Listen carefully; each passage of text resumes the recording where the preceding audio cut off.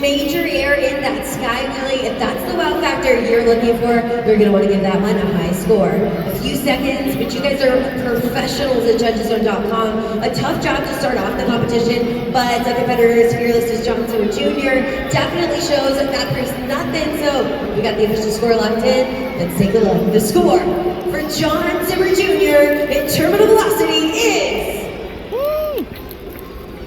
a 7.259. That is the score to beat.